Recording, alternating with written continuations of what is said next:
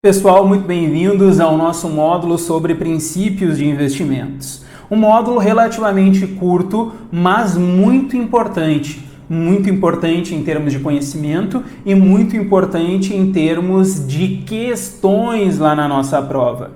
De 10 a 20% da tua prova serão questões sobre princípios de investimentos. E vamos começar o módulo com o conceito, com o entendimento fundamental de investimento. Eduardo, o que são investimentos? O que é investir recursos? O que o investidor busca quando ele investe os seus recursos? Quais os riscos que ele corre? O que ele pode fazer para minimizar esses riscos? É isto que a gente vai ver de maneira introdutória neste primeiro vídeo. E claro, vamos usar os nossos slides. Olha só. Vamos usar os nossos slides. Aqui a gente vai dar muito atenção ao longo do nosso módulo ao agente superavitário. Recorda, relembra, no nosso primeiro videozinho do curso, do módulo de Sistema Financeiro Nacional, nós separamos os agentes econômicos em dois grandes grupos. Nos agentes deficitários, que são aqueles que precisam de recursos, são os tomadores de recursos, e os agentes superavitários. Os agentes superavitários, como a própria figura aqui nos mostra, ele tem recursos em excesso, ele tem dinheiro sobrando. A gente pode falar também, num linguajar um pouquinho mais técnico, que ele tem muita liquidez, ele tem recursos em excesso. E dado que ele tem recursos em excesso, ele vai ter duas opções. Ele vai ter duas opções para esse dinheirinho que ele tem em excesso. A primeira opção, que é uma opção não tão racional, que era muito comum, principalmente lá na época dos nossos avós, bisavós, é deixar esse dinheiro guardado. Como assim deixar o dinheiro guardado, Eduardo? Guardado na caderneta de poupança? Não, guardado mesmo, parado. Eu posso deixar esse dinheiro parado, que era o que os nossos avós faziam, embaixo do colchão. Eu posso pegar esse dinheiro e deixar embaixo do colchão. Ou eu posso pegar esse dinheiro, numa abordagem mais atual, e deixar parado na conta corrente. Seja como for, seja embaixo do colchão ou na conta corrente, esse dinheiro parado, ele vai ter dois desdobramentos. Como assim? Dinheiro parado tem dois desdobramentos muito importantes. Primeiro desdobramento importante. O dinheiro parado, ele não vai render.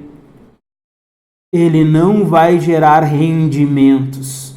Como assim render, Eduardo, gerar rendimentos? A gente vai ver principalmente ao longo deste módulo que quando nós investimos os recursos, quando nós colocamos os recursos em movimento, estes recursos vão gerar mais recursos. É o famoso ditado, dinheiro gera dinheiro. A gente vai ver que dinheiro gera dinheiro porque quando a gente investe, a gente busca rentabilidade.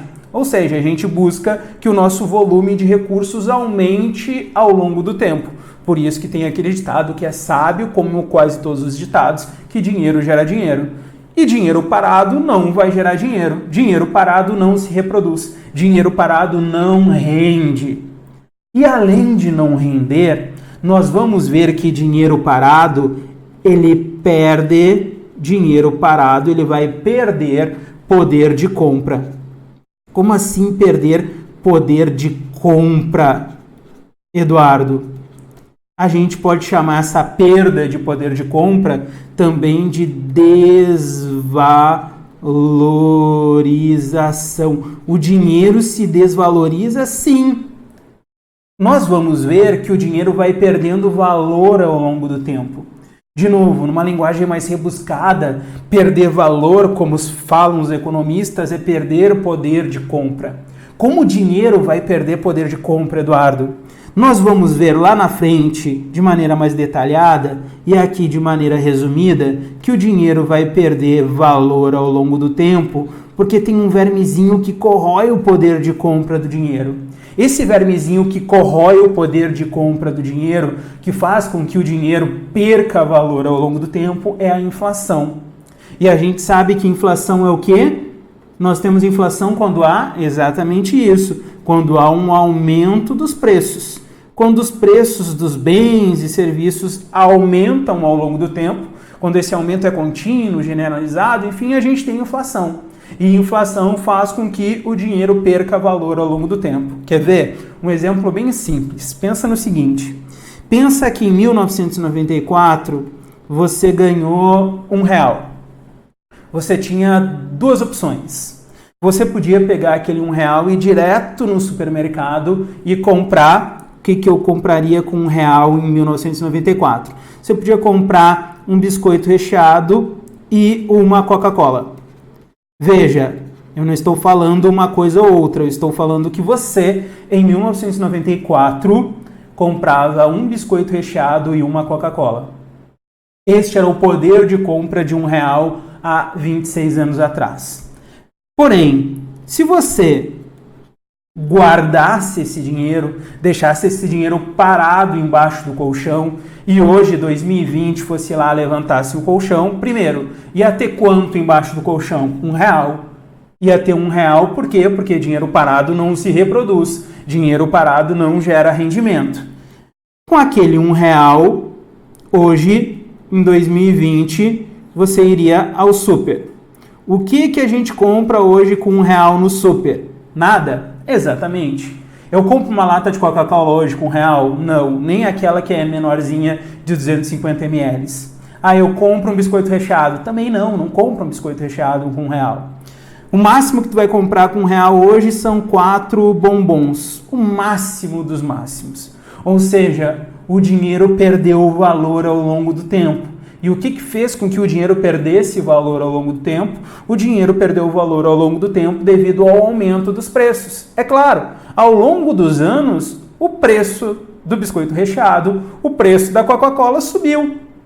E isso fez com que, com a mesma nota de R$1, você comprasse, com o passar do tempo, cada vez menos coisas. Logo, um agente superavitário que é racional, ele não vai deixar o seu dinheiro parado, seja embaixo do colchão ou seja na conta corrente. Um agente econômico minimamente racional, ele vai pegar os recursos dele e vai fazer um investimento. Ele vai investir aqueles recursos.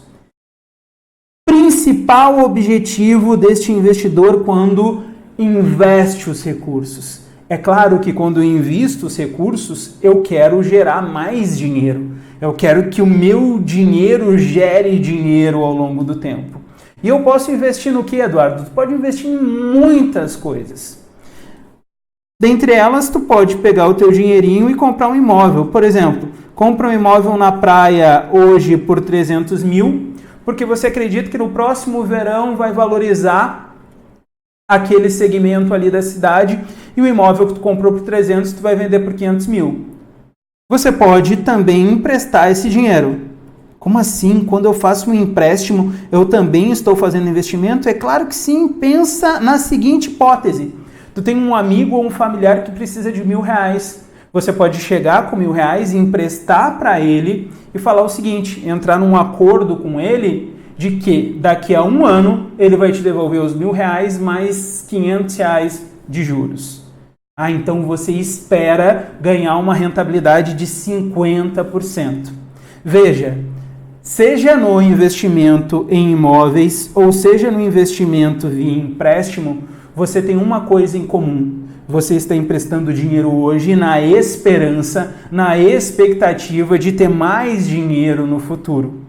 E você também pode pegar o seu rico dinheirinho e comprar ações da Petro, comprar ações da Vale, comprar ações da Ambev, da BR Foods, enfim. Por que você compraria ações dessas empresas? Ah, porque você acredita, porque você tem a expectativa, você tem a esperança que daqui a um ano, daqui a 2 anos, daqui a 3 anos, o valor daquelas ações suba, valorize ao longo do tempo. Veja, seja investimento via imóvel, via empréstimo ou via ações, nós temos 2 pontos em comum. Primeiro ponto, eu sempre invisto buscando uma rentabilidade. Eu quero um retorno sobre os meus investimentos. E segundo ponto importante, quando eu faço o investimento, eu sempre faço com base em expectativa, com base na esperança do que eu acredito que vai acontecer no futuro. Investimento não é uma ciência exata. É sempre feito com base em expectativa. Tá, Eduardo, se investimento é feito com base em expectativa, pode acontecer algo diferente do que eu espero? É claro que pode. Esta possibilidade de acontecer algo diferente do esperado, a gente vai chamar de risco. Por isso, sempre que a gente faz investimentos, a gente se defronta com a rentabilidade, com um retorno que a gente espera, que a gente chama de retorno esperado, é aquilo que eu espero que aconteça no futuro, e com risco. Sempre que eu faço investimento, eu vou correr risco. Alguns investimentos vão ter risco maior, outros riscos menor, mas para a prova e para a vida, todo tipo de investimento tem risco, que é a possibilidade de ocorrer um evento diferente do esperado. Então aqui a gente já deu 2 passos muito importantes. Primeiro, a gente viu que dinheiro parado é um péssimo negócio. Segundo, a gente viu que investimento faz com que o investidor se defronte com esse binômio, com o retorno esperado e com o risco da operação. De maneira mais formal, a gente pode conceituar investimento da seguinte forma. Olha só a definição que nós temos aqui. Investimento é a aplicação de recursos no presente, hoje, na esperança de ter mais recursos no futuro. Por isso que tem gente que brinca que investimento é um exercício de futurologia. Você faz uma aplicação hoje esperando que no futuro você tenha mais dinheiro. É claro, como nenhum de nós tem uma bola de cristal, nenhum de nós sabe com 100% de certeza o que vai acontecer no futuro. Por isso que a gente, de novo, saliento isso para a prova e para a vida, nós realizamos investimentos com base em expectativa. Expectativa do que vai acontecer no futuro. Então, se a gente faz investimento, aplica dinheiro, recursos no presente, na expectativa de ter mais dinheiro no futuro, nós sempre vamos correr o risco, veja bem, nós sempre vamos correr o risco de acontecer algo diferente do esperado. E esta possibilidade de ocorrer eventos diferentes do esperado, a gente vai chamar de risco.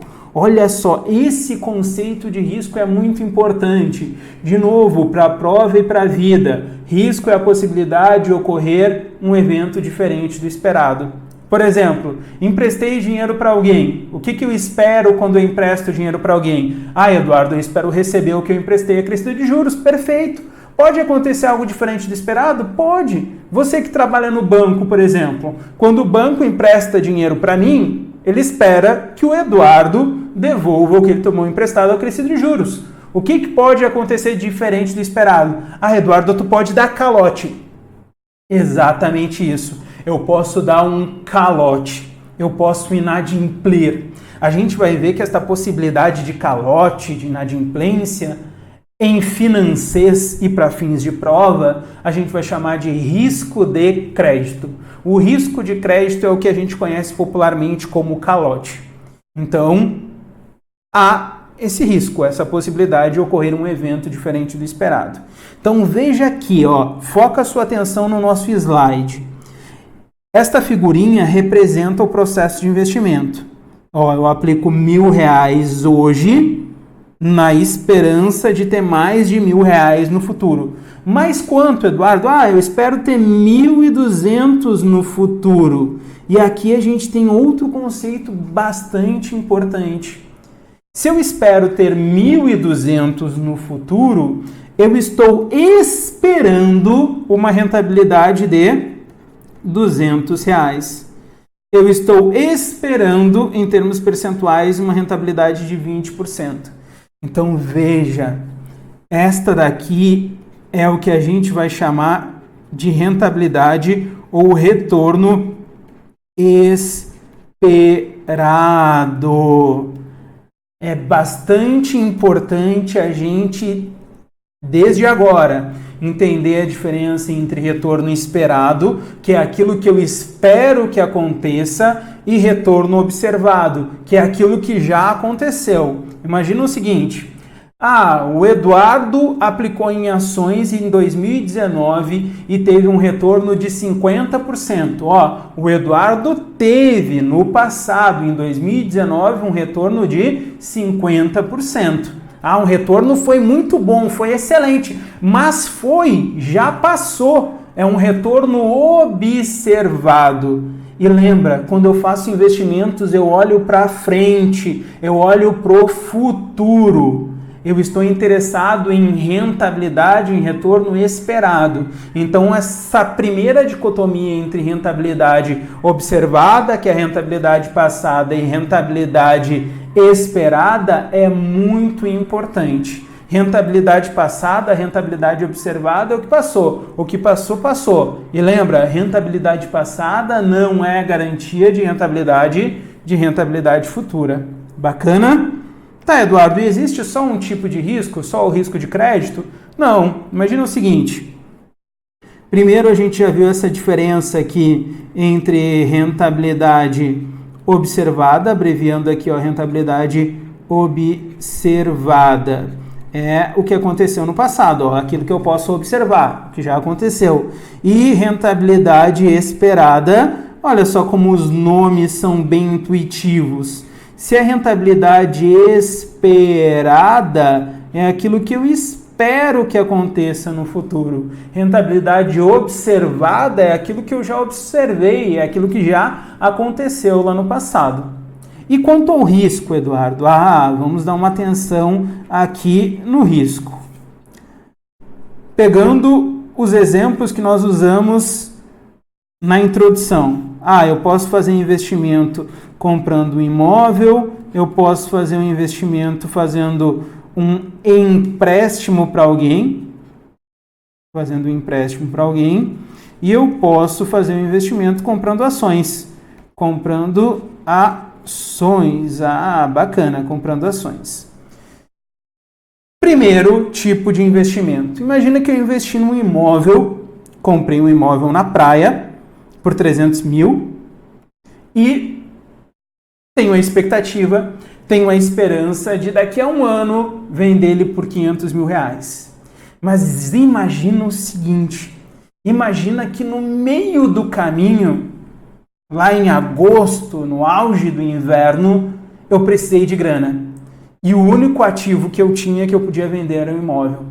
Imagina, eu tô lascado, porque eu vou ter que vender um imóvel na praia no inverno. Daí vou colocar aquele imóvel para vender. Vamos supor que ele continua valendo 300 mil reais. 300 mil reais é o valor dele, é o valor justo dele. Só que, putz grila, na praia, no inverno, vocês acham que alguém vai querer comprar um imóvel por 300 mil? Se surgir alguém querendo comprar aquele imóvel, é claro que ele vai olhar para o lado, vai ver que só ele está interessado em comprar e ele vai fazer o que qualquer sujeito racional faria. Ele vai barganhar. Ele vai chegar para mim e vai falar o seguinte: Eduardo, sabe esse imóvel que tu tem aí, vale 300 mil? Eu quero comprar, mas eu só compro se tu me vender por 200 mil. Putz grila. Como eu, investidor, quero vender o imóvel e só tem ele querendo comprar, e eu preciso de recursos imediatamente, eu vou ter que vender um imóvel que vale 300 por 200 mil. Tá, Eduardo, mas por que tu vendeu um imóvel que vale 300 por 200 mil? Porque a única oferta de compra que eu recebi foi do sujeito barganhador que queria me pagar os 200 mil reais. Nessa brincadeira, eu vou ter uma perda de 100 mil. Vai acontecer algo diferente do esperado. Por quê? Porque eu tive dificuldade de vender o ativo. E como estava difícil vender o ativo, eu recebi poucas ofertas de compra, eu tive que vender para o único cara que me ofereceu os R$200 mil. Esse risco a gente vai ver de maneira mais pormenorizada nos videozinhos à frente, a gente vai chamar de risco de liquidez. O risco de liquidez ocorre quando eu tenho dificuldade de vender um ativo, quando os demandantes são escassos, tem pouca gente demandando aquele ativo. Daí eu tenho que vender por um preço abaixo do que realmente ele vale. Em empréstimo, esse daqui é mais evidente, a gente até já tratou sobre ele. Quando eu empresto dinheiro para alguém, eu espero receber aquilo que eu emprestei acrescido de juros. O risco que eu corro é o risco de ocorrer o calote, de ocorrer a inadimplência do sujeito,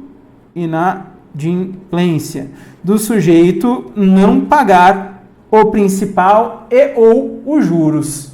Se esse sujeito me der um calote, imagina, eu emprestei para ele 1.000, ele tinha que me devolver 1.500. Chegou na hora e não devolveu nada. Putz, perdi tudo. Essa perda que eu tenho devido à inadimplência, devido ao calote, a gente vai chamar de risco de crédito. Aconteceu algo diferente do que eu esperava. O sujeito me deu um calote. Eu esperava receber tudo, principal mais juros. O cara me deu um calote. E, finalmente, em ações. Em ações, o principal risco que eu vou correr vai ser a variação no preço das ações.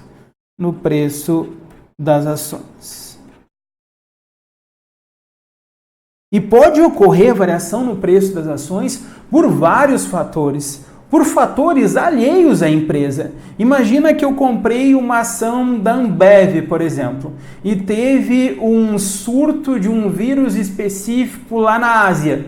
Isso daí gerou temor nos mercados, os investidores ficaram um pouquinho mais conservadores, não querendo assumir tanto risco, isso fez o preço das ações despencar.